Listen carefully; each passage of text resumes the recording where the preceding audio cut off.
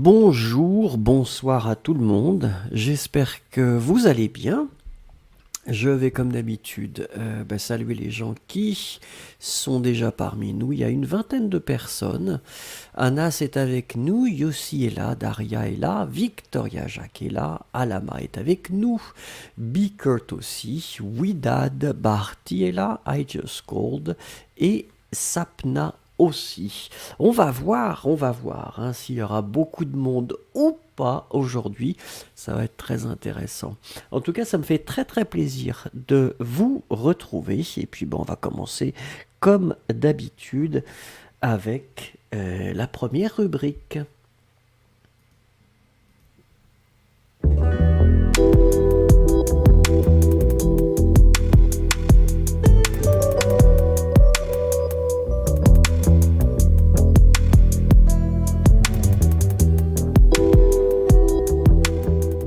Et la première rubrique, eh bien, c'est la question du jour. Et la question du jour, c'est ce que je préfère faire avec mes amis, c'est... Alors, c'est pas vraiment une question, mais continuez la phrase et expliquez-moi ce que finalement vous préférez faire avec vos amis. Allez-y.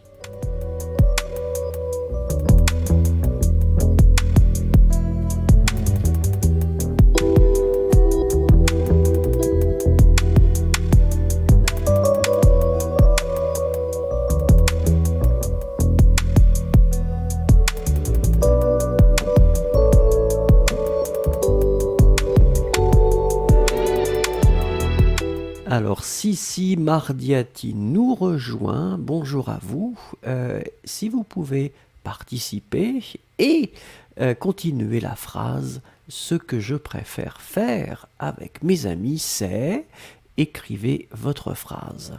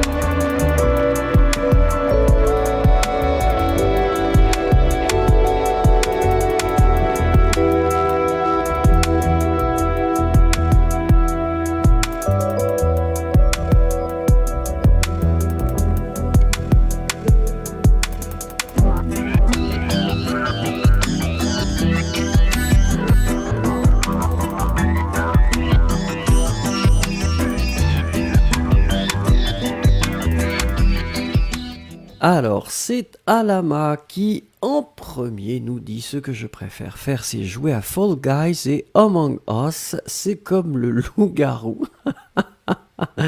D'accord, très bien. Personnellement, j'ai testé Fall Guys, mais je laisse mon fils jouer. C'est plus agréable à regarder. Zéland Zen nous dit ce que je préfère, c'est jouer aux échecs. Très bien écrit aussi. Azra, je ne sais pas ce que vous écrivez, Azra. Bienvenue dans le cours, mais il faut écrire en français, s'il vous plaît. Je vois que les autres sont un petit peu lents, alors je ne sais pas, est-ce que ça ne vous inspire pas? Widad nous dit « Ce que je préfère faire avec mes amis, c'est de me promener ou de nous promener ensemble et d'aller dîner en fin de journée. » Sapna qui dit « Je préfère faire avec mes amis, c'est la partie avec eux. » D'accord, très bien. Donc, faire une fête. Faire une fête. Bickert qui nous dit « Je préfère bavarder dans un café et dans un restaurant. » Daria qui nous dit « Ce que je préfère faire avec mes amis, c'est danser et communiquer. » Ce sont deux activités ordinaires qui peuvent rendre la vie épanouissante, amusante et passionnante. Barty qui nous dit « Ce que je préfère, c'est faire du sport avec mes amis.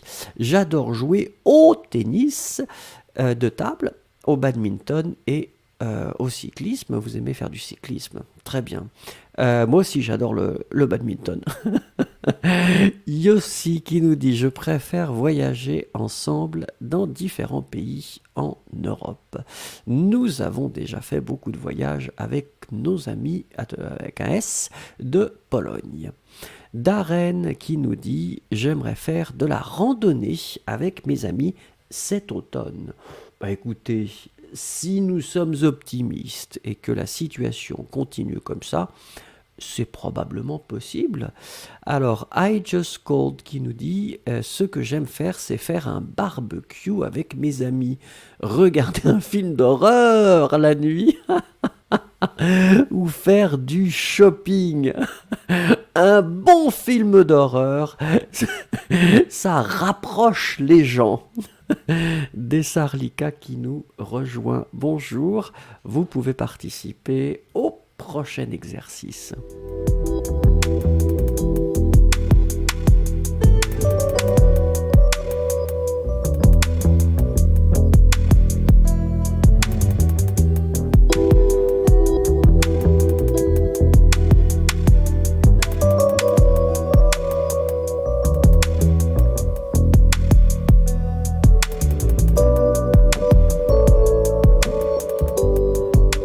Pardon, j'étais trop rapide. La douceur du jour, eh bien, regardez. La douceur du jour, c'est ce qu'on appelle un salammbô ou un gland. Moi, quand j'étais petit, on appelait ça un gland, mais on peut appeler ça aussi un salammbô. Alors, regardez, nous allons comme d'habitude découvrir ce salammbô en 3 points. Alors vous remarquerez qu'il est quand même pas mal et je peux vous assurer que c'est délicieux. Assez basique mais délicieux. On y va avec la première chose. Le salammbô ou le gland est une pâtisserie française. Un chou garni de crème pâtissière à la vanille, puis glacé au sucre cuit ou cassé. Pourquoi c'est au cassé? Je ne sais pas, c'est ou cassé. Le salammbô ou le gland est une pâtisserie française, un chou garni de crème pâtissière à la vanille, puis glacé au sucre cuit ou cassé. Allez-y, écrivez les mots qui manquent.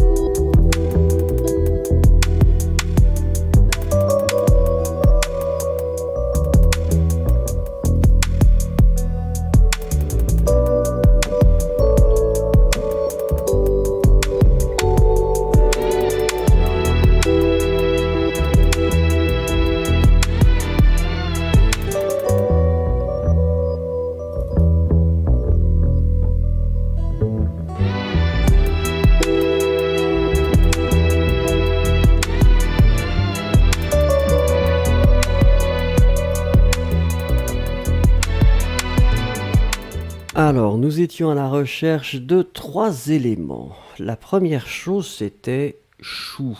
Ça, on l'a déjà vu plusieurs fois, parce qu'on avait parlé de pâte à choux, quand on a parlé de religieuse, quand on a parlé d'éclair. Donc, chou, on l'écrit C-H-O-U.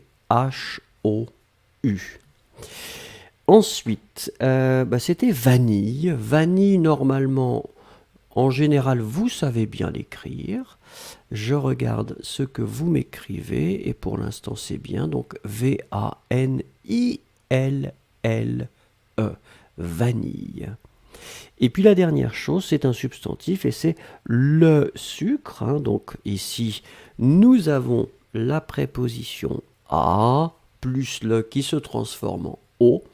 sucre, vous allez l'écrire, donc S-U-C-R-E.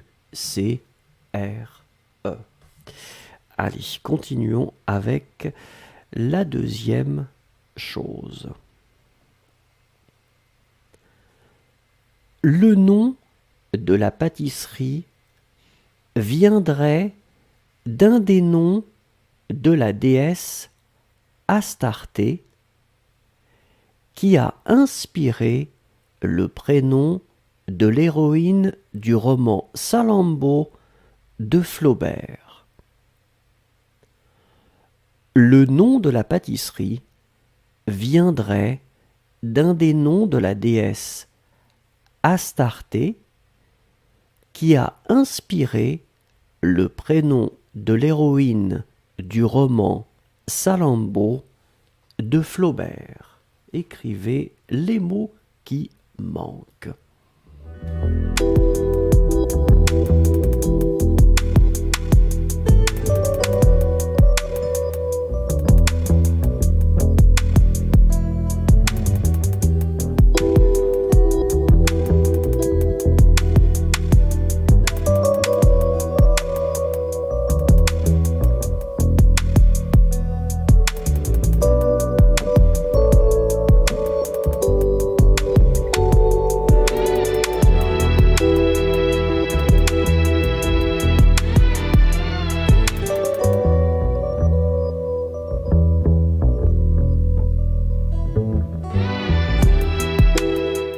Alors, la première chose, eh bien, c'est le verbe venir. Le verbe venir au conditionnel présent.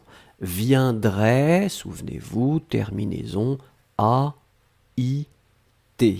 D'accord? Donc, c'est vraiment le conditionnel présent. Attention, Baharti, vous avez mis le futur, mais c'est vraiment le conditionnel présent. Yesero, vous avez mis le présent. Faites attention.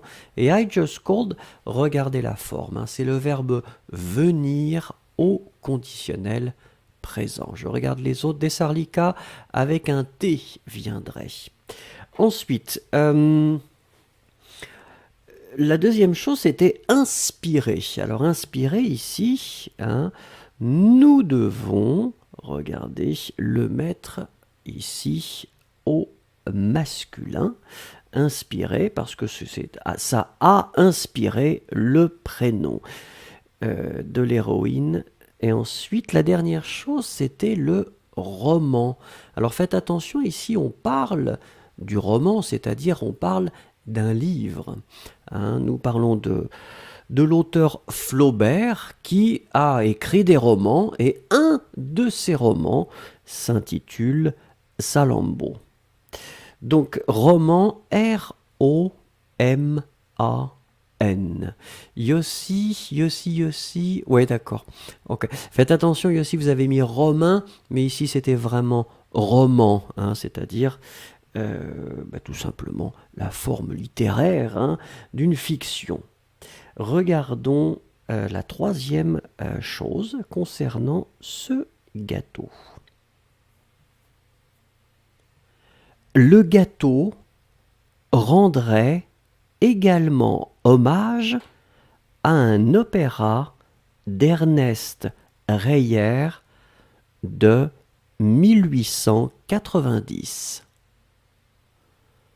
Le gâteau rendrait également hommage à un opéra d'Ernest Reyer de 1890.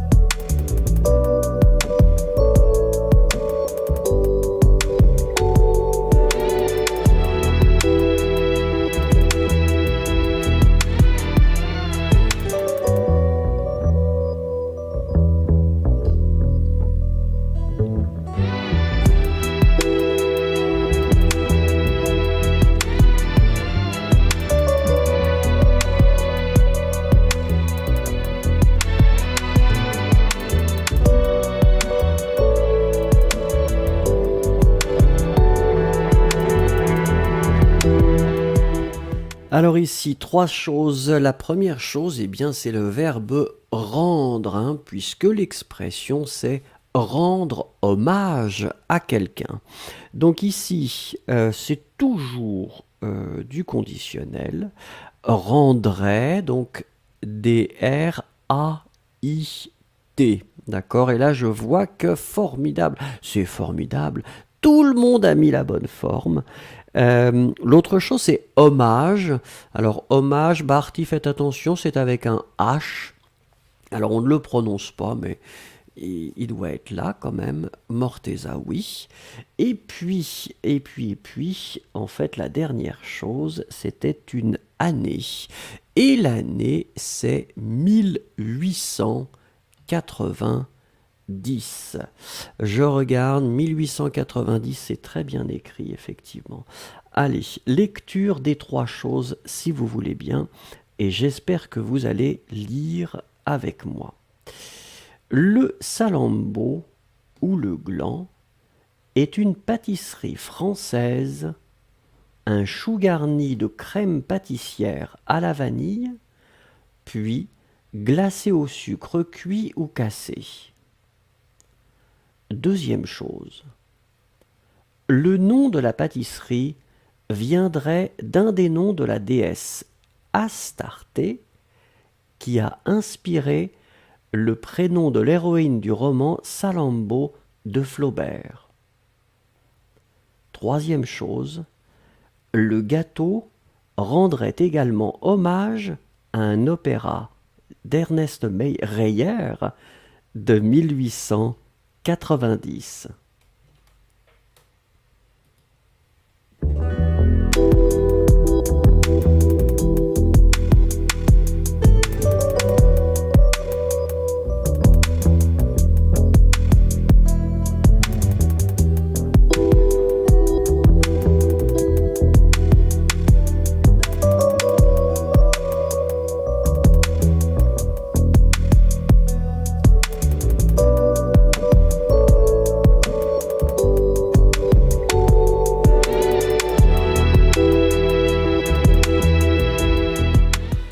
Le saviez-vous? Michel de Nostre-Dame est né le 14 décembre 1503 à Saint-Rémy-de-Provence et mort le 2 juillet 1568 à Salon de Provence. C'est un apothicaire et auteur français. Pratiquant l'astrologie, il est surtout connu pour ses prédictions sur la marche du monde sous le nom de Nostradamus. La première édition des prophéties est publiée le 4 mai 1555 par l'imprimeur lyonnais Massé Bonhomme. Les prophéties ont donné lieu à la publication de près de 10 000 ouvrages dans de nombreuses langues.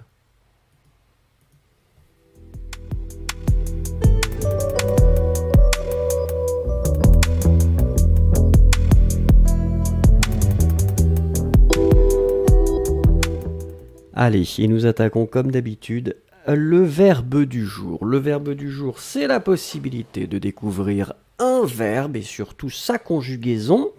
Et aujourd'hui, nous allons voir un verbe qu'on utilise assez facilement, c'est le verbe connaître.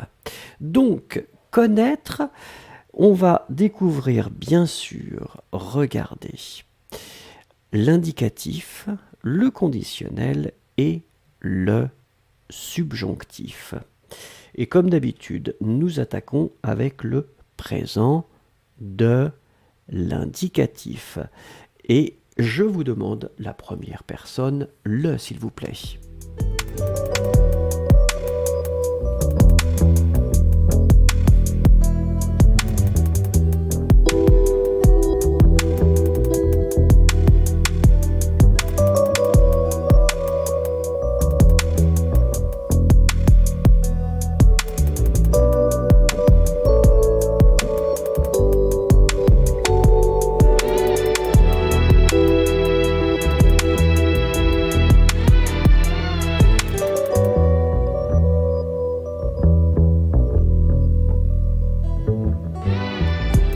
Alors, je vois que vous êtes très très réactif, et effectivement, donc le verbe connaître au présent, c'est je connais, C-O-N-N-A-I-S.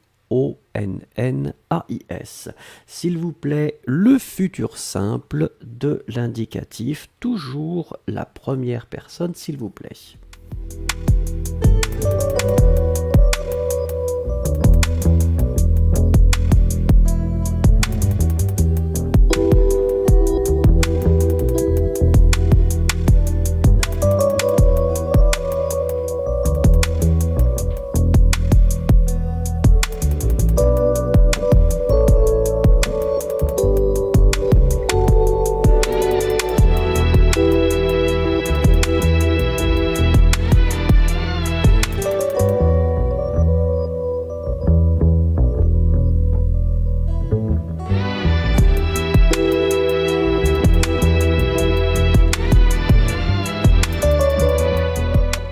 Alors, si vous voulez faire plaisir aux personnes de l'Académie française, vous pouvez garder le circonflexe sur le premier i. Si vous êtes comme la majorité des Français, vous n'allez pas le mettre. Donc, ça n'est pas la fin du monde si vous ne mettez pas l'accent circonflexe. Par contre, on garde toujours les deux N. On retire le E final de connaître. Et puis on met la terminaison classique pour je, c'est-à-dire AI, pour le futur simple. Je connaîtrai. Allez, on continue avec le passé composé, le premier temps composé de notre liste. Allez-y.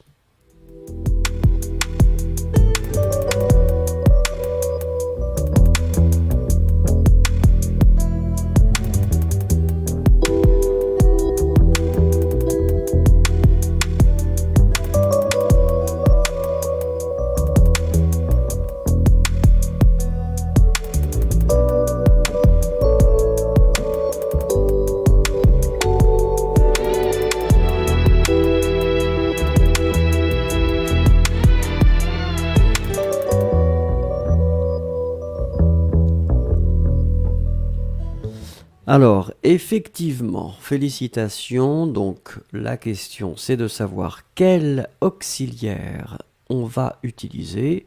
Et en fait, on va utiliser, comme la majorité des verbes, l'auxiliaire avoir. Donc, nous utilisons avoir au présent, j'ai. Ensuite, le participe passé de connaître, il est un petit peu olé olé parce que c'est connu. C'est O-N-N-U. D'accord? Mais on va utiliser le participe passé connu dans pas mal d'autres temps composés. Donc, j'ai connu. Allez, on continue avec l'imparfait. Première personne, s'il vous plaît.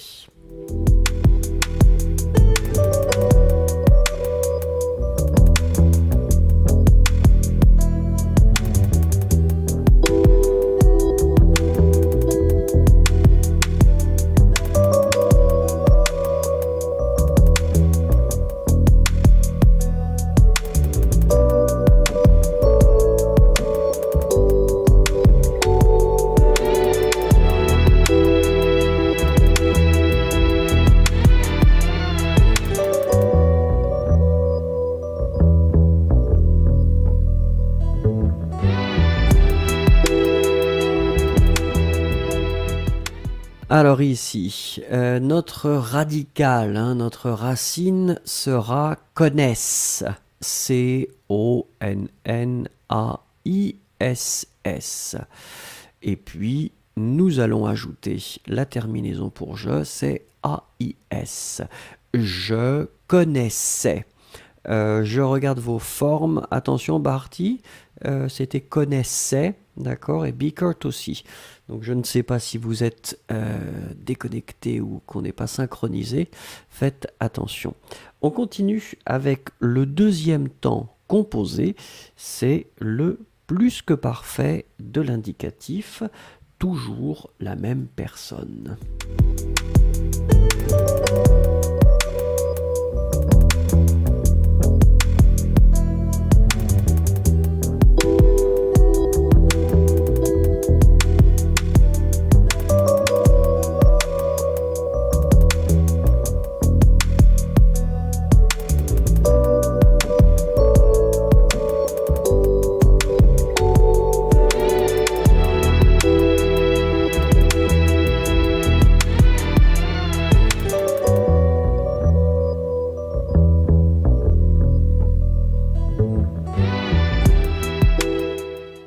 Alors, ici, nous sommes d'accord que nous allons utiliser avoir, que nous mettons à l'imparfait. J'avais, et après nous mettons notre participe passé connu.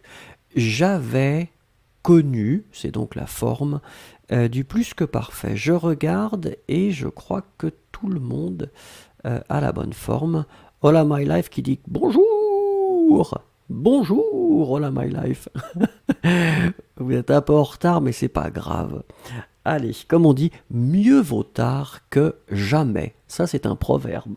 Je pense que Daria, elle va bien aimer. Mieux vaut tard que jamais.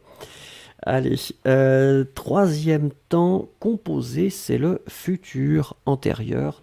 Et c'est toujours je. Merci.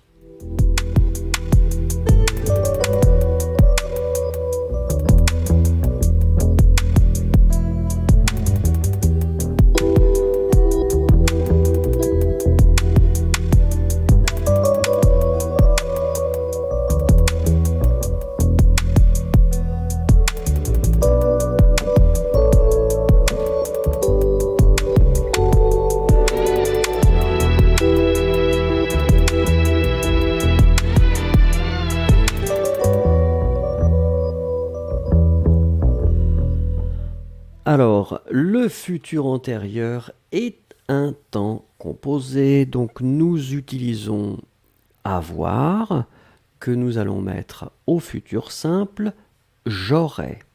Et ensuite, nous mettons notre participe passé, connu, C-O-N-N-U, j'aurais connu. Et comme ça, vous avez votre forme de futur antérieur. Allez, le dernier, le passé simple, et je suis sûr que c'est Yossi qui va être le premier.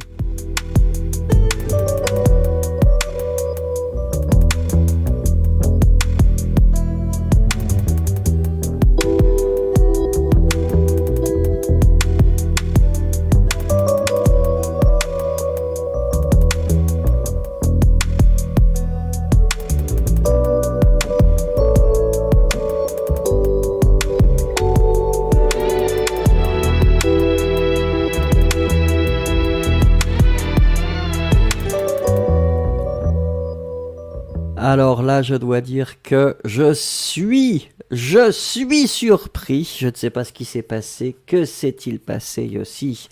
Yossi s'est fait doubler par Rajni. Rajni nous a écrit en premier ou en première la bonne forme. Et la bonne forme, donc c'est je connu. Encore une fois, ne vous stressez pas trop avec le passé simple. C'est important de l'identifier, d'imaginer que la forme je connu, eh bien, c'est le passé simple du verbe connaître, mais on ne vous demandera pas d'utiliser le passé simple. On ne l'utilise pas à l'oral, donc vraiment ne vous stressez pas avec le passé simple. Par contre, le conditionnel présent, je suppose que vous devez le connaître. Première personne, s'il vous plaît.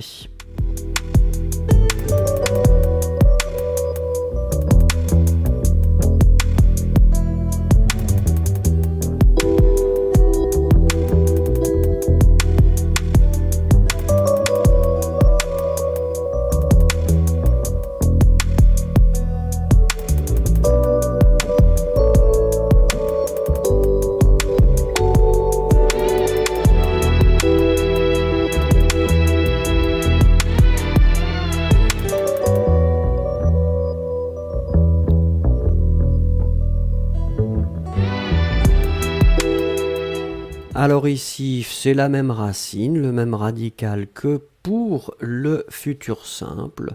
Donc finalement, vous retirez le E final de votre infinitif et vous obtenez votre radical connaître et vous rajoutez votre terminaison pour je, A-I-S. Je connaîtrai, c'est donc le conditionnel présent. S'il vous plaît, donnez-moi le conditionnel passé qui est un temps composer. Allez-y.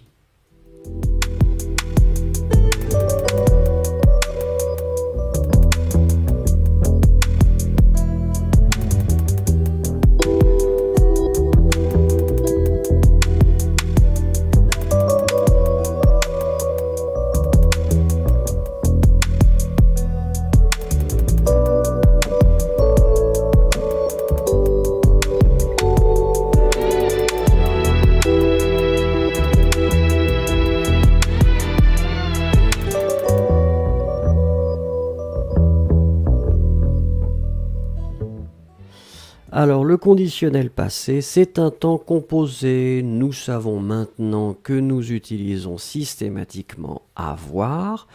Avoir au conditionnel présent, c'est j'aurais, A-I-S. Et puis, nous ajoutons notre participe passé connu. J'aurais connu, c'est notre forme de conditionnel passé. Allez, le sprint final, subjonctif présent, s'il vous plaît. Première personne.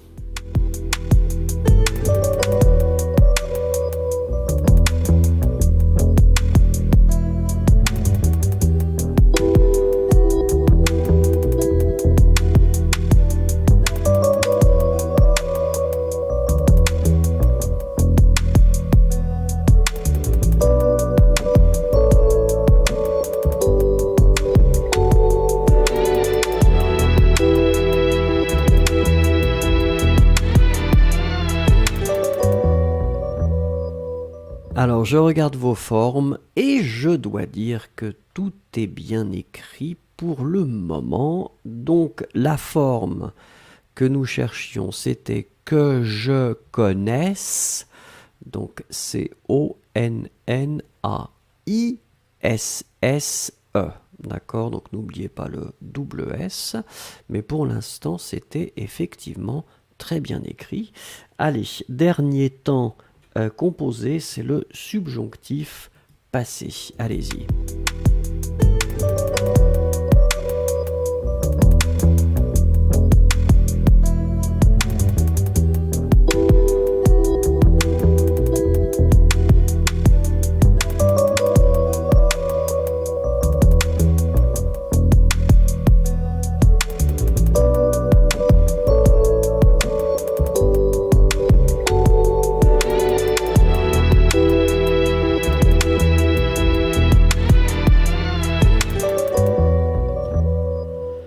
Donc, dernier temps composé, ça veut dire qu'avoir, nous devons le mettre au subjonctif présent, que j'ai, A-I-E, et puis notre participe passé connu, C-O-N-N-U. Que j'ai connu, c'est la forme du subjonctif passé. Bravo à tous et un grand merci.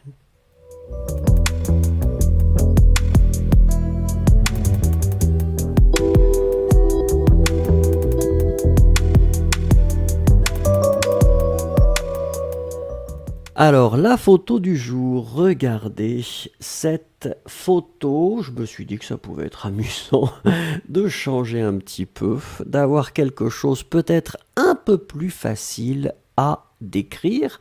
Donc, s'il vous plaît, une petite phrase pour me décrire cette photo.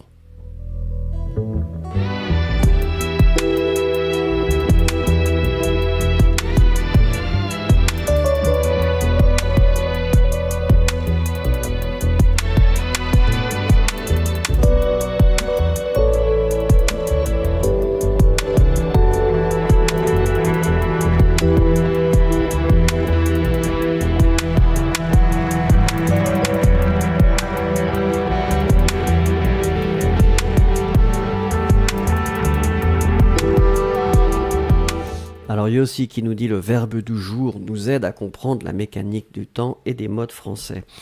C'est l'idée Yossi, c'est l'idée. L'idée c'est d'avoir toujours les mêmes temps et les mêmes modes dans le même ordre et juste se concentrer sur une personne pour le moment.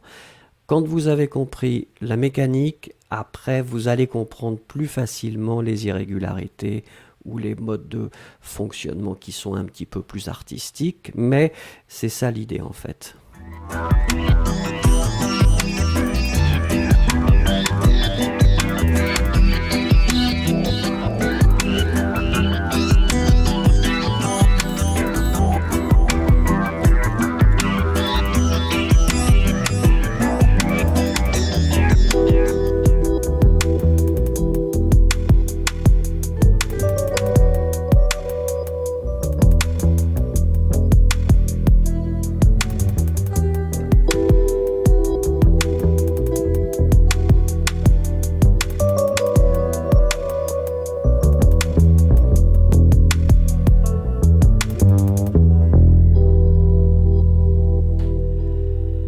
Alors, c'est Alama qui est le premier à nous écrire un homme qui travaille juste avant d'aller nager dans la piscine. Est-ce qu'il travaille vraiment?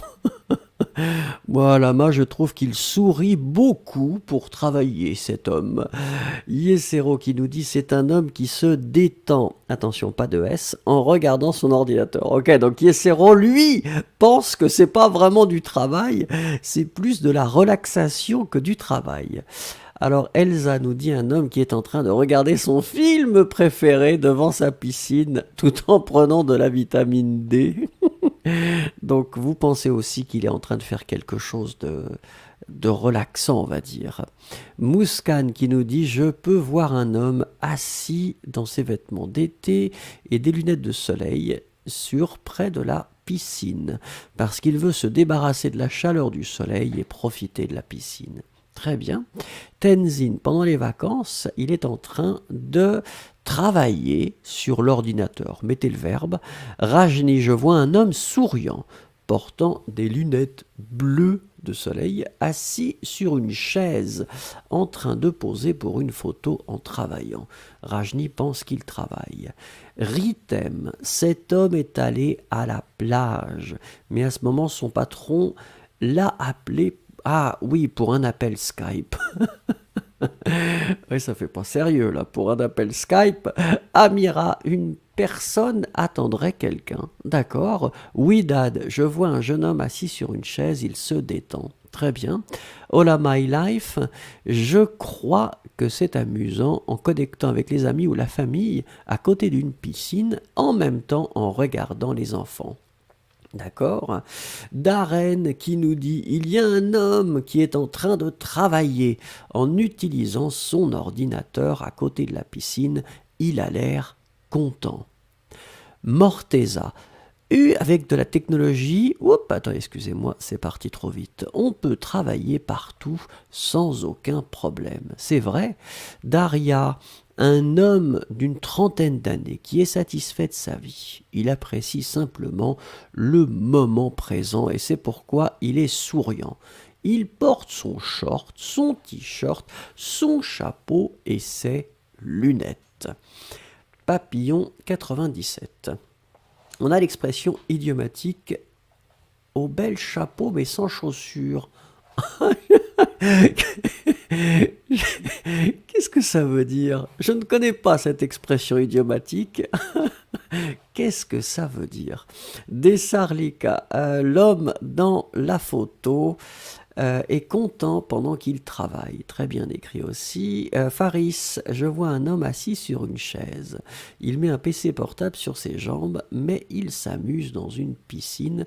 Ouais, peut-être dans une piscine ou au bord de la piscine, parce que si vous dites dans, j'ai l'impression qu'il est dans l'eau. D'accord?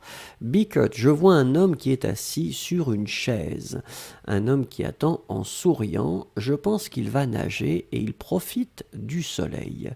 Il avait envie de faire une pause, peut-être. Waouh! Avez-vous déjà pensé à faire des vidéos asthme? Waouh! Je ne comprends pas là. Je suis perdu.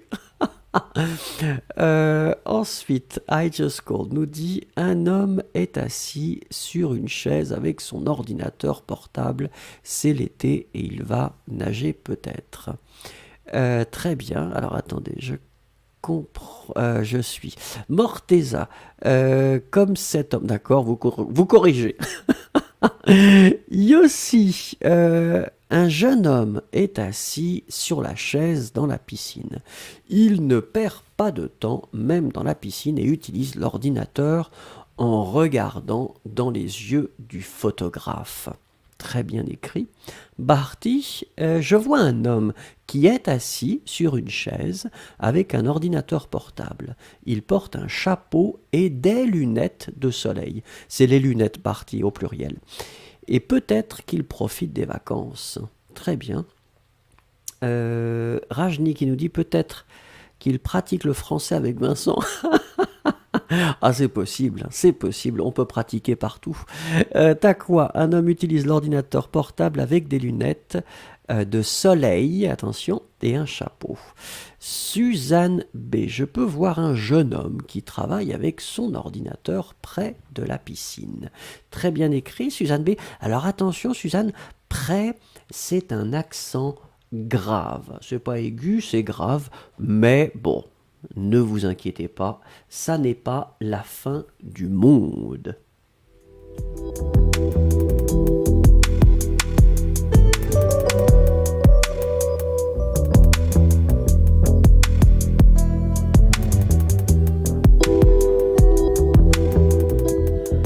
Alors vous le savez, si je ne faisais pas de propagande pour le fromage français, je pense que on me retirerait mon passeport.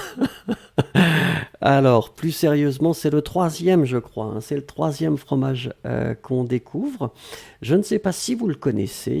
Et nous partons dans la région Auvergne-Rhône-Alpes. Et le département, c'est le Cantal. Donc, vous voyez où c'est sur la carte.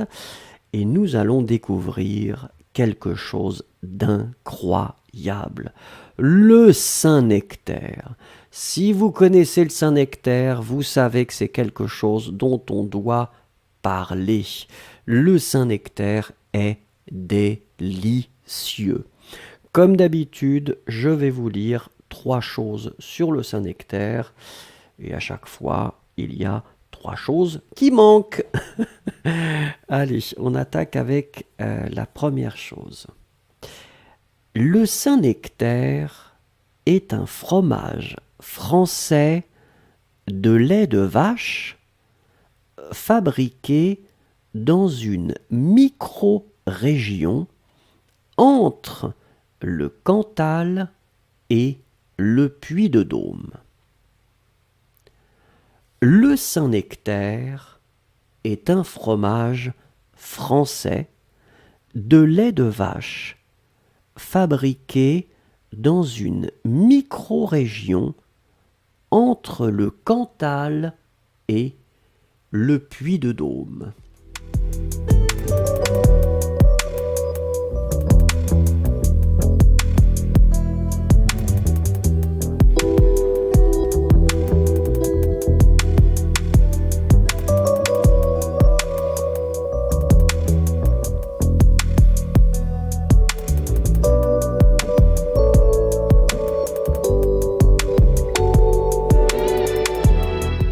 Alors regardons les 3 mots que nous cherchions. Mais d'abord, si vous voyez une photo comme ça, elle est très très mignonne cette vache quand même, non? Ah, quand on la voit, on a envie de devenir végétarien, ça c'est clair. Alors, la première chose que nous cherchions, c'était un substantif et c'était fromage. Donc fromage c'est masculin, nous voyons, un fromage. En général, vous savez l'écrire. Attention des sarlicas, juste un M à fromage. Les autres, attendez, je regarde. Non, je crois que c'est assez bien, oui. Alors l'autre chose, c'était vache, hein, puisque on parle de lait de vache. Hier, on avait vu que ça peut être aussi du lait de brebis, mais là, aujourd'hui, c'est du lait de vache. Et puis, vache, c'est féminin, hein, donc là, vous ne le voyez pas. Pour votre information, c'est une vache. Et la dernière chose, c'était entre. Hein. Entre, bah, écoutez, en général, vous l'écrivez bien, E-N-T-R-E. Ouais, et là c'est parfait. Je dis bravo. On continue avec le Saint-Nectaire. À l'origine, c'était un fromage exclusivement paysan, fabriqué bien souvent par les femmes. À l'origine, c'était un fromage exclusivement paysan, fabriqué bien souvent par les femmes.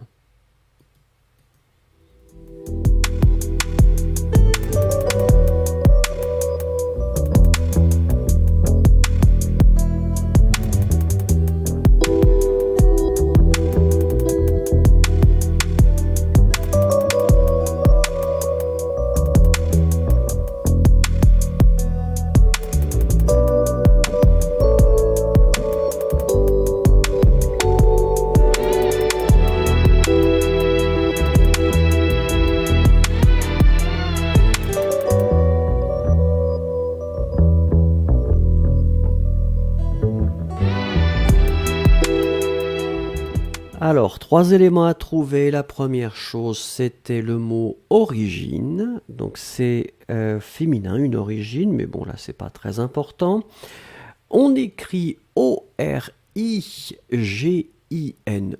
Attendez, je clique sur les O. Voilà. Donc, pas de S. Morteza, vous avez mis le pluriel. Non, c'est pas nécessaire. On va le laisser au singulier. Rajni, s'il vous plaît, un petit E à la fin de votre origine et ce sera magnifique. Barty, c'est la même chose avec un E s'il vous plaît, et Suzanne aussi, origine avec un E. Alors faites attention, la deuxième chose c'est paysan. Et donc en français, paysan, il n'y a pas de T à la fin. Ça c'est une erreur assez classique. On sait pourquoi. Ça vient d'une autre langue que l'on ne va pas citer, mais donc pas de T à la fin de paysan, et on l'écrit vraiment comme P-A-I-S-A-N. D'accord? Et souvenez-vous que dans paysan, eh bien, vous retrouvez pays, hein, c'est ça qui est aussi intéressant. Et puis la dernière chose, eh bien, c'est un adverbe, et l'adverbe c'est souvent. Alors là, en général, vous l'écrivez bien, donc S-O-U-V-E-N-T. Voilà, je regarde. Rajni qui demande un paysan, c'est quoi? Eh bien, c'est quelqu'un qui travaille la terre. C'est un agriculteur, si vous préférez. Donc, un agriculteur, mais qui peut aussi élever des animaux. Hein, ça, c'est un paysan. Et puis nous allons terminer avec la troisième chose concernant le Saint-Nectaire. Le Saint-Nectaire fut appelé jusqu'au XVIIe siècle fromage de seigle, car il était affiné sur la paille de cette céréale. Le Saint-Nectaire fut appelé jusqu'au XVIIe siècle fromage de seigle, car il était affiné sur la paille de cette céréale. Écrivez les mots qui manquent.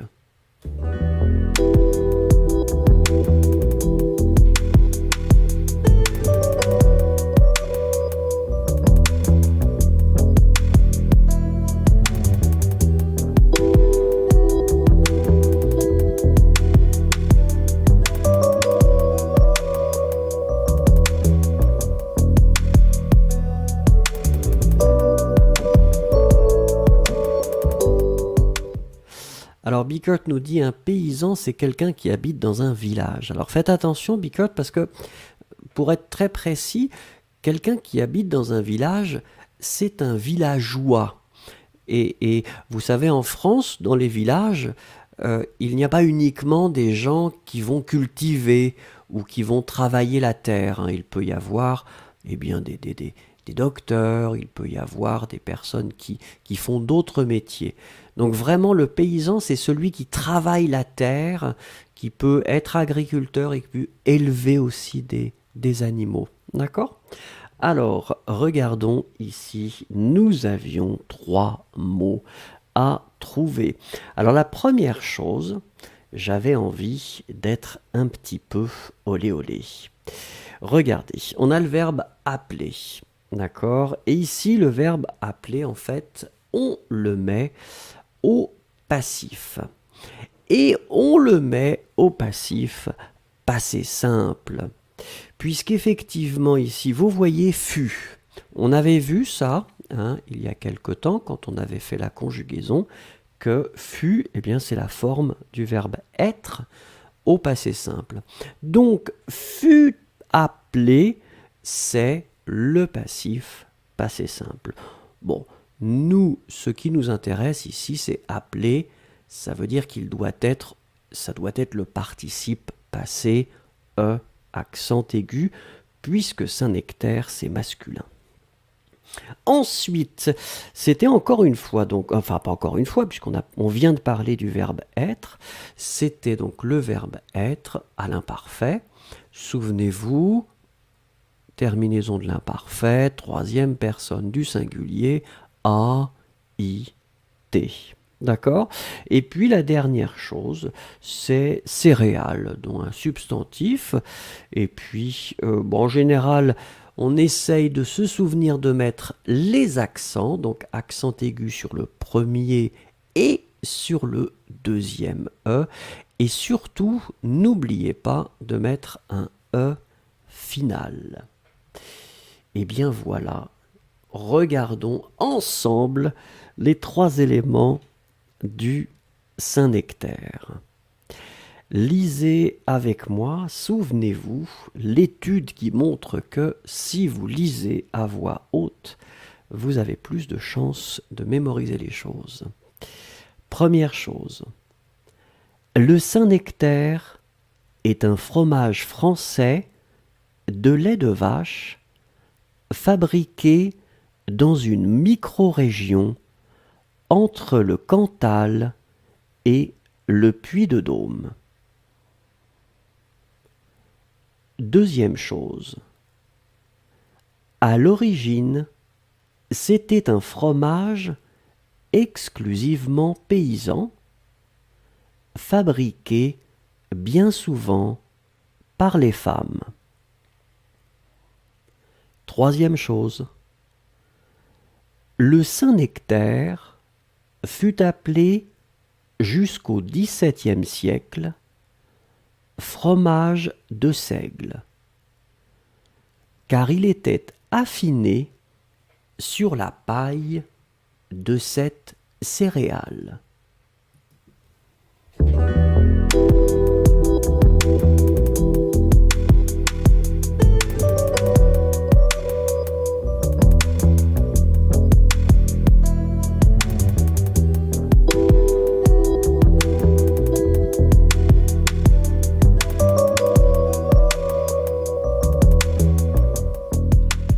Allez, et nous allons voir comme chaque jour une citation, et pour la deuxième fois, nous allons nous attaquer à notre ami Héraclite d'Éphèse, qui nous dit « L'homme cherche à oublier où le chemin conduit. » L'homme cherche à oublier où le chemin conduit.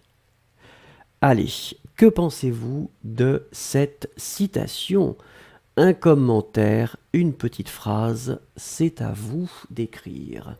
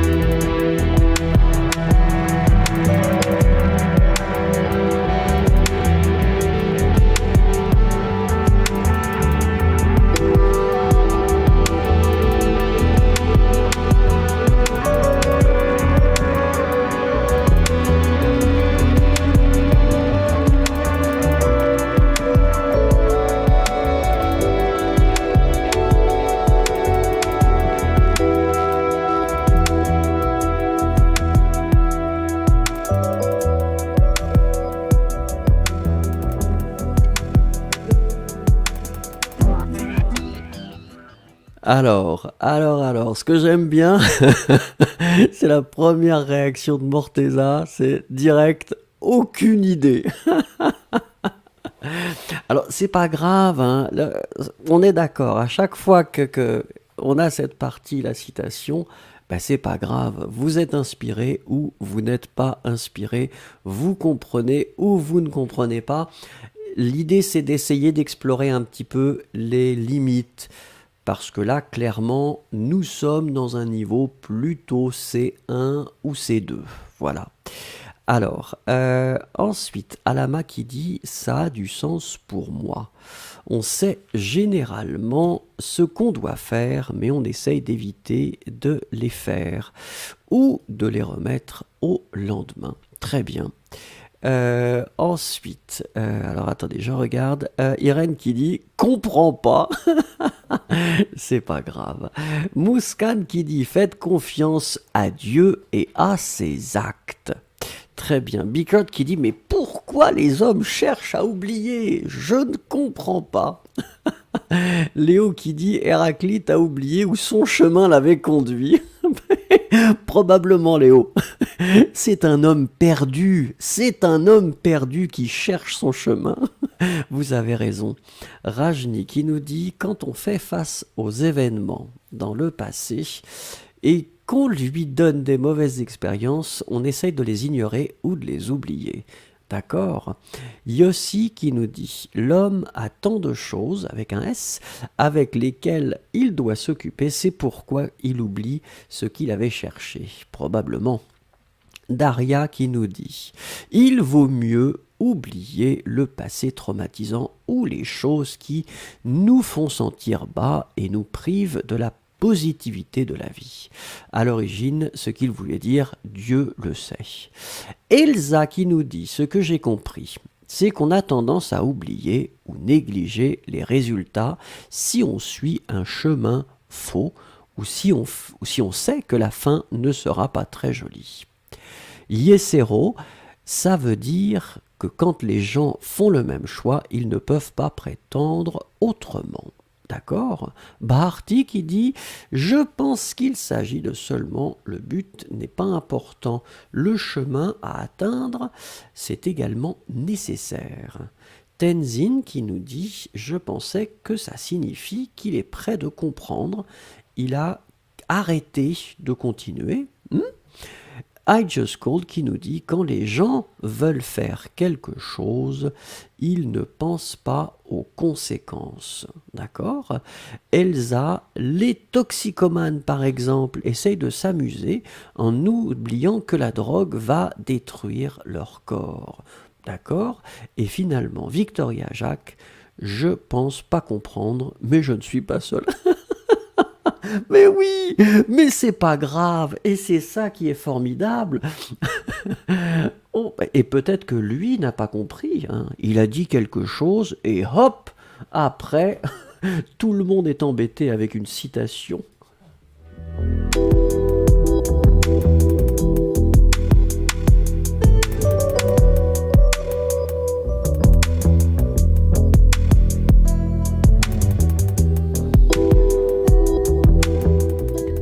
Et tout le monde sera d'accord pour dire que la gastronomie, c'est probablement plus important que la philosophie. Alors, on y va. Le plat du jour, et le plat du jour, c'est quelque chose de très simple. C'est quelque chose de très simple, mais de délicieux. C'est l'omelette. Une omelette, quelque chose d'assez classique en France, hein, quand on parle de restauration rapide, quelque chose qu'on peut faire à la maison. Regardons ensemble, 3 éléments sur l'omelette. L'omelette est un plat à base d'œufs. Elle est à la fois très simple et très rapide à réaliser.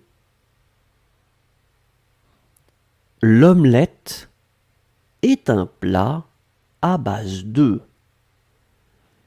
Elle est à la fois très simple et très rapide à réaliser.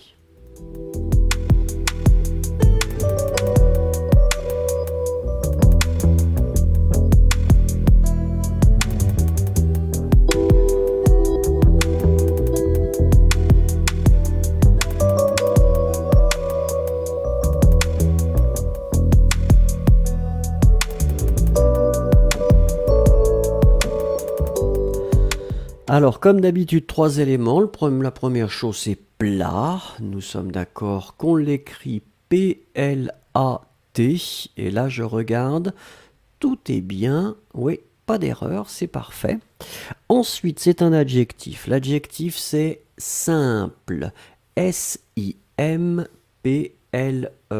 Masculin ou féminin, c'est la même forme. Simple. Et puis, le dernier élément, le troisième élément, c'est également un adjectif et c'est rapide.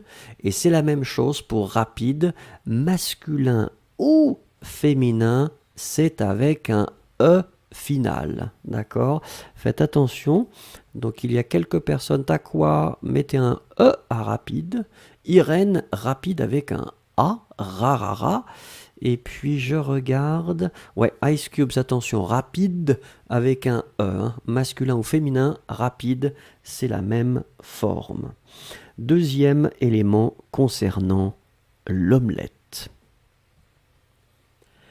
Certains l'aiment très cuite, d'autres l'apprécient à point, d'autres enfin l'exigent baveuse.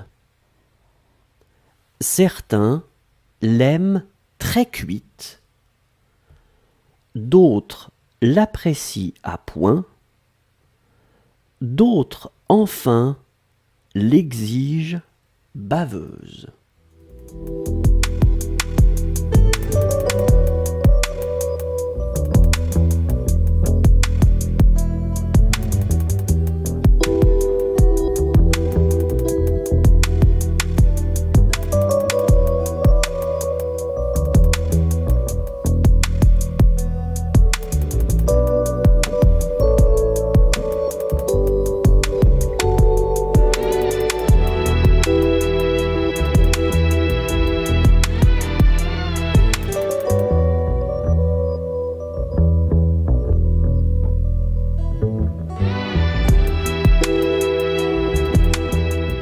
Alors, 3 éléments. La première chose, quand vous voyez le verbe, vous comprenez que certain doit être au pluriel, puisque votre verbe, eh bien, il est à la forme du pluriel ENT. Donc ici, certains, on doit mettre un S.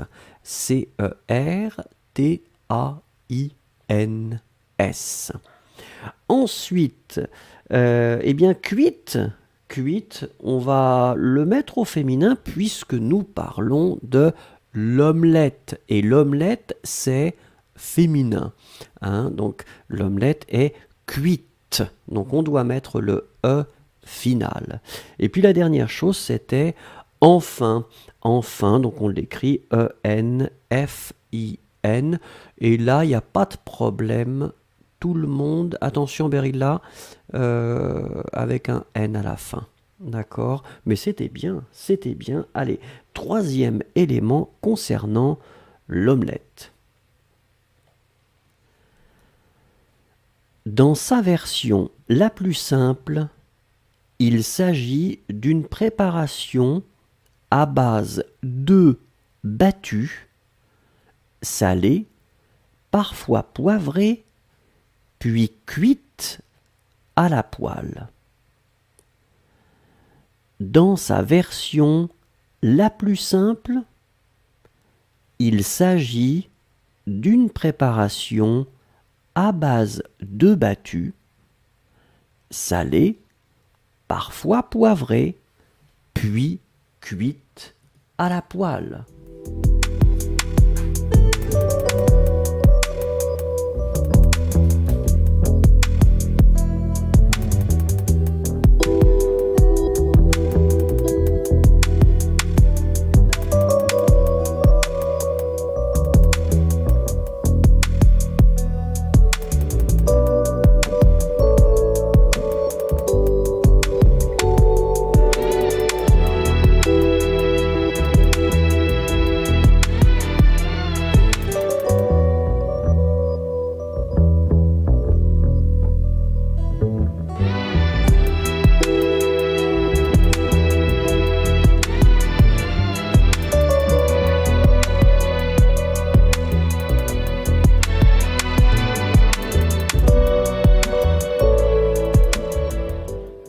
Alors, trois choses ici. La première chose, c'était version. Donc ça, en général, on l'écrit bien.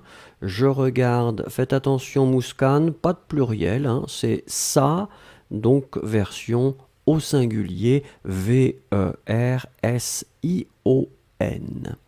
Ensuite, alors les œufs. Les œufs, c'est masculin pluriel. Donc, battu, déjà avec deux T idéalement, ça doit être au masculin, donc le U, et puis le pluriel S. B-A-T-T-U-S. Et ensuite, alors vous voyez que salé est connecté à préparation. Et donc poivré est également lié à préparation. Donc on va mettre le féminin. Poivré, E, accent aigu, et E à la fin, marque du féminin. D'accord? Salé, féminin singulier, parfois poivré, féminin singulier, puis cuite, féminin singulier. D'accord? Alors, regardons ensemble les trois éléments qui constituent la présentation de l'omelette. Première chose, l'omelette est un plat à base d'œufs. Elle est à la fois très simple et très rapide à réaliser. Deuxième chose, certains l'aiment très cuite, d'autres l'apprécient à point, d'autres enfin l'exigent baveuse. Troisième point, dans sa version la plus simple, il s'agit d'une préparation à base d'œufs battus, salés, parfois poivrés, puis cuites à la poêle. Alors, juste avant de passer à la rubrique suivante, j'aimerais savoir, est-ce que vous mangez des omelettes? Et si vous mangez des omelettes, en général, quel autre ingrédient ajoutez-vous? Parce que les omelettes, on a tous nos recettes un petit peu spéciales. Votre recette d'omelette, qu'est-ce qu'il y a en plus de ces choses très basiques, c'est-à-dire les œufs battus, du sel, du poivre, et hop, qu'est-ce que vous mettez?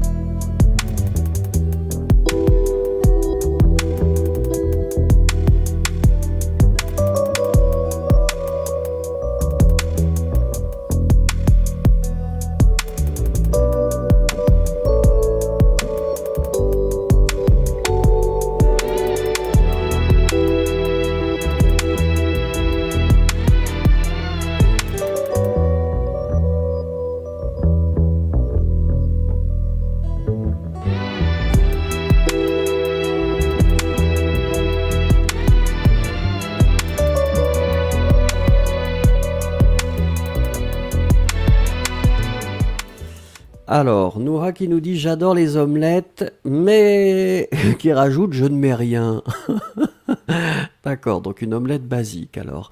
Elsa qui dit « Je mange souvent les omelettes et j'aime bien rajouter de la tomate. » Ah oui, ça c'est pas mal ça. Yossi qui nous dit « C'est juste la seule chose que je sais faire. » Eh bien, c'est suffisant, Yossi. Une chose, c'est mieux que zéro. Voilà. Yesero qui nous dit « J'aime les omelettes aux oignons, aux grains de poivre vert et aux champignons. » Alors ça doit être sympa. Bickert, je mets des champignons, des tomates, du jambon et du fromage. Widad qui nous dit « J'ajoute du fromage et du persil. » Très bien. Ice Cubes, je mets du fromage, mais j'aime l'omelette aussi comme ça. D'accord? Morteza qui nous dit « Oui, je mange des omelettes souvent le matin. On fait ma mère qui a réalisé l'omelette et je l'aide à la manger. » Ah donc c'est votre mère qui prépare. Non, mais il faut cuisiner un petit peu, hein. Ça, c'est vraiment très facile à faire l'omelette. C'est ça qui est sympathique. Tenzin, je voudrais manger avec du pain. Très bien. Victoria Jacques, j'adore les omelettes. Je vais en faire une pour le brunch aujourd'hui. Bah oui, mais qu'est-ce que vous mettez? Qu'est-ce que vous mettez en plus? Ça restera un secret. Je ne sais pas si les autres veulent dire, apparemment ça reste un secret. Nous allons passer à la rubrique. Ah non, alors I just called. Peut-être que je suis trop rapide. I just called qui nous dit parfois avec un peu de farine, oh, parfois du fromage, de la tomate. La liste est longue. Eh ben oui, vous êtes très créative, c'est bien. Mouskan qui nous dit je fais une omelette comme de la nourriture indienne qui est très épicée. J'ajoute des piments verts, des oignons et bien sûr du sel et du poivre. Ça donne envie, Mouskan. Bikurt en Turquie, célèbre est menemen, avec de la tomate et du poivre vert. Très bien. Bah écoutez, c'est vrai que ça donne faim. À chaque fois qu'on parle du plat du jour, tout le monde finit par avoir faim. Faris Mohamed qui nous dit j'aime bien l'omelette chaque matin avec un verre de thé. Mais c'est vrai que ça c'est sympathique, hein. Oh, il y a le chien qui, qui commence à se réveiller. Wagner qui dit moi je suis végétarien, je mets beaucoup de fromage. Victoria Jacques, je mettrai des oignons et du fromage.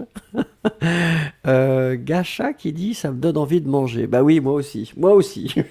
Il faut qu'on se calme. Arrêtons. Allez, on va passer à la dictée.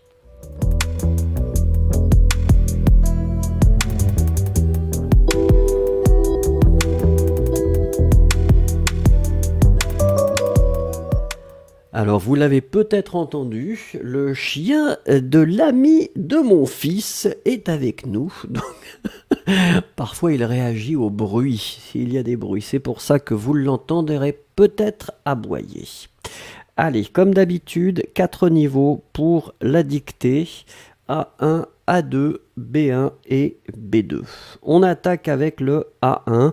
Je vais lire la phrase 2 fois, vous l'écrivez. Elle va bientôt partir en Asie. Elle va bientôt partir en Asie. Écrivez la phrase.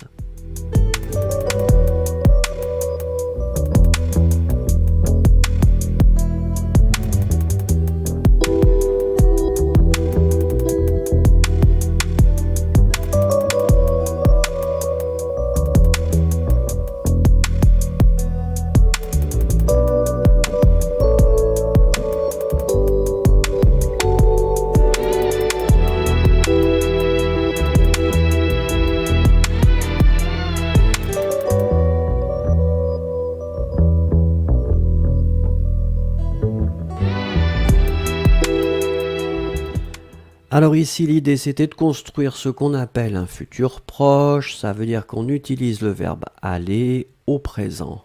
Elle va. Entre les deux, j'ai glissé un petit adverbe bientôt.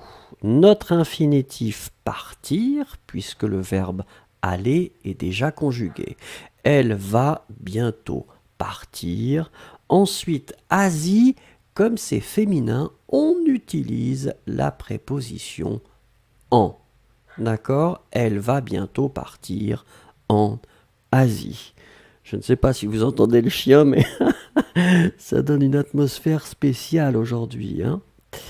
Allez, deuxième phrase. Elle ne l'a pas comprise. Elle ne l'a pas comprise.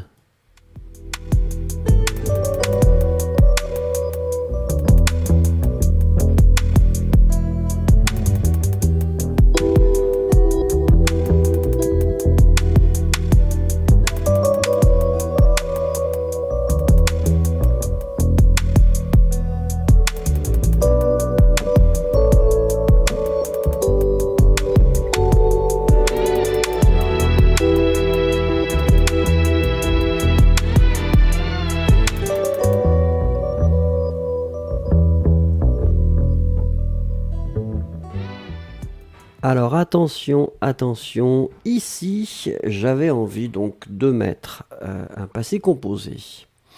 Mais comme vous le voyez, j'ai aussi inséré un pronom complément d'objet direct. Le pronom complément d'objet direct, c'est le L apostrophe que vous voyez en rouge. Et donc, souvenez-vous de la règle, si le complément d'objet direct est avant l'auxiliaire avoir au passé composé, à la fin de votre participe passé, vous devez marquer le féminin ou le pluriel ou le féminin pluriel. Ici, je voulais vraiment prononcer quelque chose de féminin, donc on suppose que c'est par exemple l'explication. Elle n'a pas compris l'explication, explication féminin. Si on utilise le pronom est avant avoir, vous allez marquer le féminin à la fin de compris et donc vous obtenez comprise. Si c'est difficile, j'ai fait des vidéos sur le sujet. Le COD et les pronoms et le passé composé. Voilà. Allez, troisième phrase, et c'est du B1 maintenant. Veuillez faire attention à mes affaires. Veuillez faire attention à mes affaires.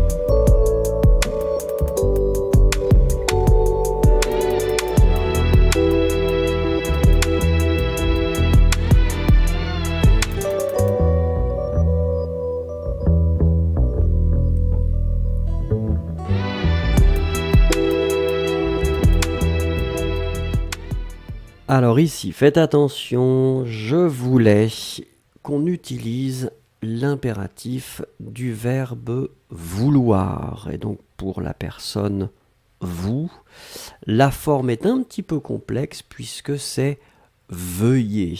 D'accord? V-E-U-I-L-L-E-Z. C'est pour ça que vous avez la sonorité ye. Veuillez. D'accord. Ensuite, faire attention. Je regarde. Bon, faire, bien sûr, infinitif. Hein. Tenzin, attention. Infinitif parce qu'il est juste après votre verbe veuillez qui est conjugué. D'accord. Ensuite, à, avec l'accent, si vous avez l'accent sur votre clavier. Et puis, mes affaires, c'était le pluriel. Donc, votre possessif, mes, doit être au pluriel. Très bien. Regardons la dernière, et c'est du B2.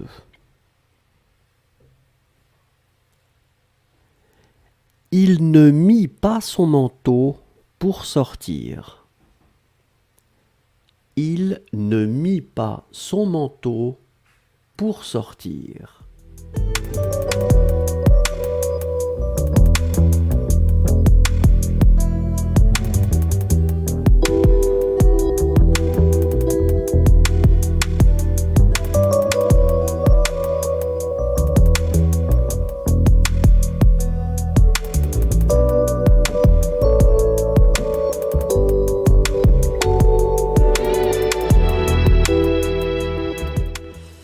Alors Elsa qui soulignait que vous aviez oublié le point d'exclamation.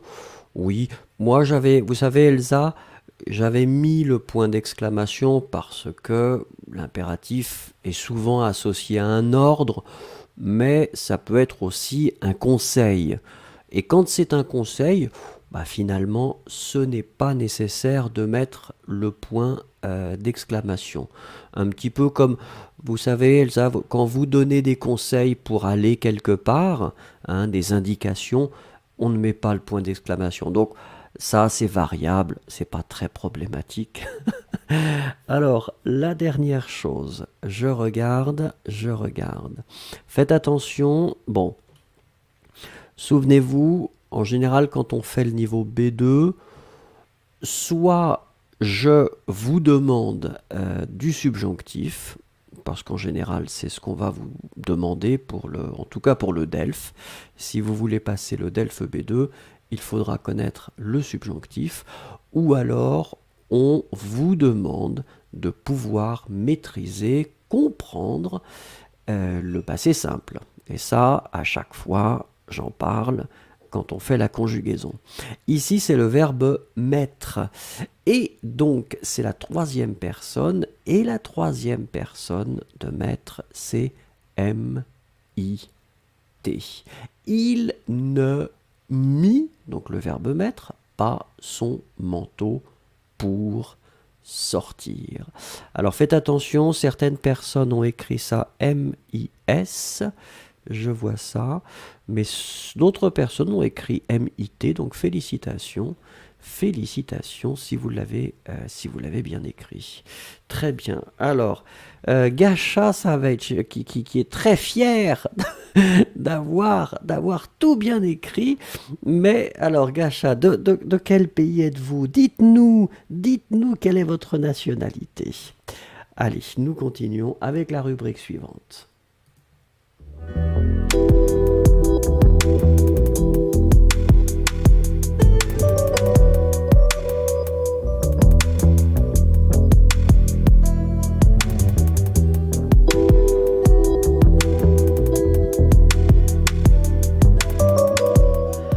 Alors, c'est le deuxième parc de loisirs que nous découvrons en France. Regardez, nous allons en Nouvelle-Aquitaine et plus précisément à Poitiers. Et regardez à Poitiers ce que vous pourrez découvrir. C'est un parc de loisirs qui s'appelle le Futuroscope. Donc comme d'habitude, on va le découvrir en 3 éléments et vous allez écrire les mots qui manquent. On attaque avec la première chose. Le Futuroscope est un parc de loisirs français à thème technologique, scientifique, d'anticipation et ludique. Le Futuroscope est un parc de loisirs français à thème technologique, scientifique, d'anticipation et ludique. Allez-y, écrivez les mots qui manquent.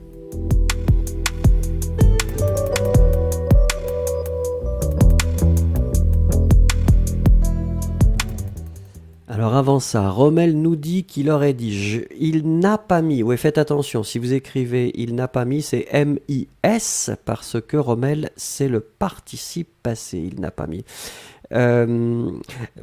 La question, Rommel, ce n'est pas de savoir ce qu'on utilise, c'est juste que au niveau B2, si vous voulez passer le DELF B2, vous allez être obligé de connaître le passé simple. Et donc oui, si vous parlez, bien sûr que vous allez utiliser le passé composé. Mais si vous lisez par exemple un livre, et même de la littérature contemporaine, vous pourrez très très facilement trouver du passé simple. Et donc, si vous trouvez du passé simple, c'est important de pouvoir l'identifier et l'associer au verbe. Voilà Rommel. Alors regardons ici, nous avions 3 choses à trouver. La première chose, c'était le mot thème. Alors le mot thème, on l'écrit avec un bel accent grave si vous avez un accent grave sur votre clavier. T-H-E, accent grave, M-E. Thème, c'est masculin, pour votre information. Ensuite, on était à la recherche d'un adjectif. L'adjectif, c'est scientifique. Scientifique, masculin ou féminin, c'est la même forme avec un E final. Et puis encore un adjectif, ludique. Et ludique, c'est la même chose avec un E final. Ludique, Noura,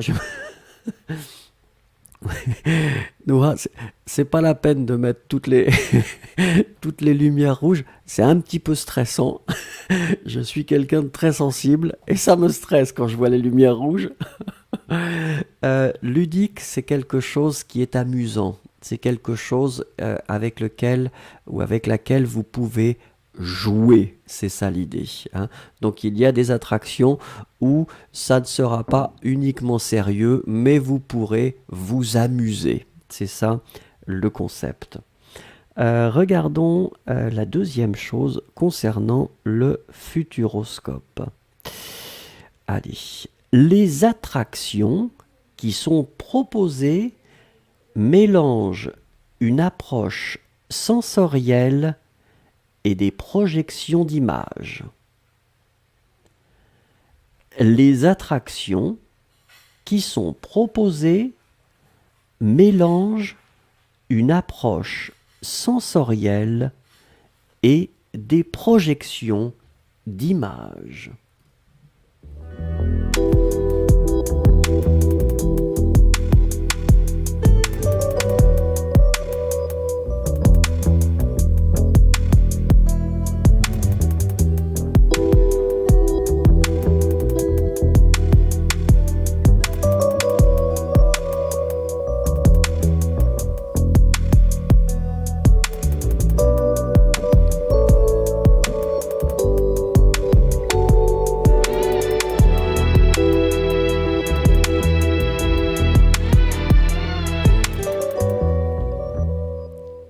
Alors regardons ensemble, la première chose, donc c'est un substantif, c'est attraction. Attraction, nous le mettons au pluriel avec un S à la fin.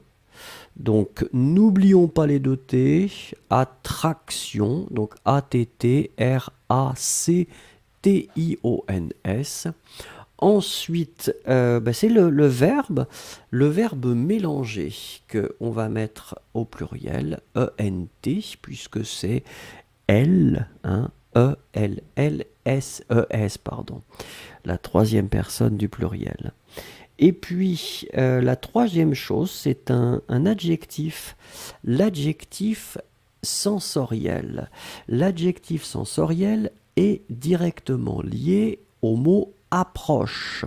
Vous voyez que une approche, c'est féminin. Donc l'adjectif sensoriel doit être au féminin singulier. S-E-N-S-O-R-I-E-L-L-E.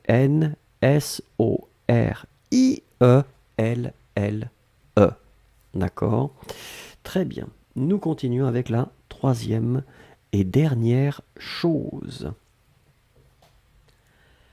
Le futuroscope est l'un des parcs de loisirs français les plus fréquentés, avec 2 millions de visiteurs chaque année. Le futuroscope est l'un des parcs de loisirs français les plus fréquentés, avec 2 millions de visiteurs chaque année.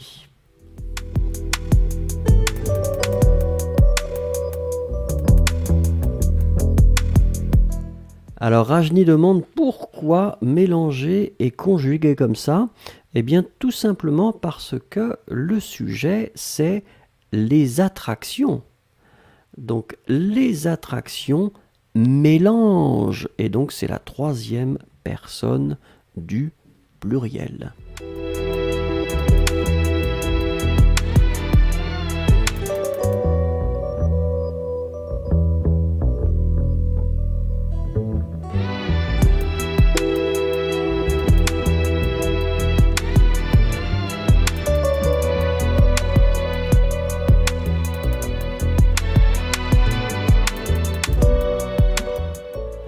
Alors ici, 3 éléments encore. Parc, ça normalement vous l'écrivez bien. N'oubliez pas le pluriel avec un S à la fin.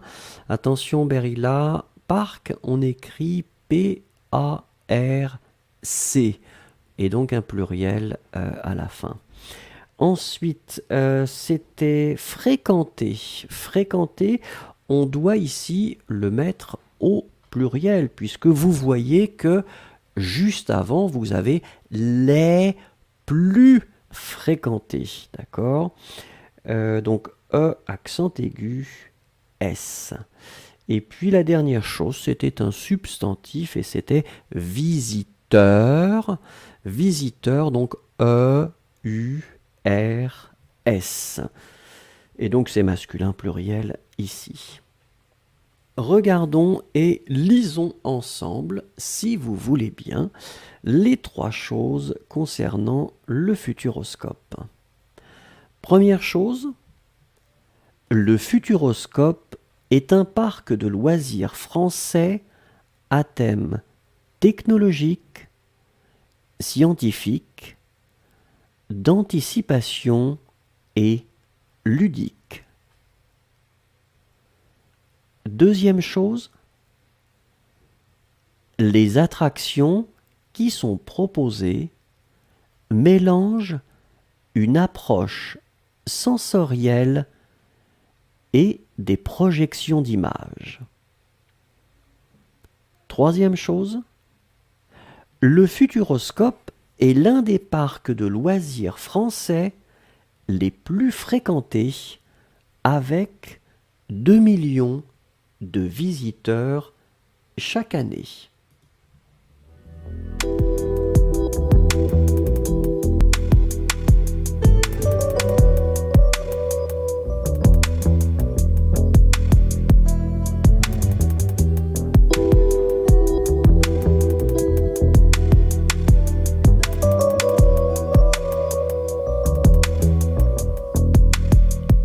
Allez, c'est peut-être l'occasion effectivement de se quitter pour aller faire des omelettes. Préparons tous des omelettes aujourd'hui avec des ingrédients divers et variés. En tout cas, je vous remercie beaucoup pour ce cours, c'était vraiment sympa. Souvenez-vous que c'est tous les jours à 16 h heure de Paris. Donc rendez-vous demain si vous le voulez bien. Et puis passez une bonne matinée, journée, après-midi, soirée ou nuit. Et on se voit peut-être demain. Merci beaucoup, au revoir.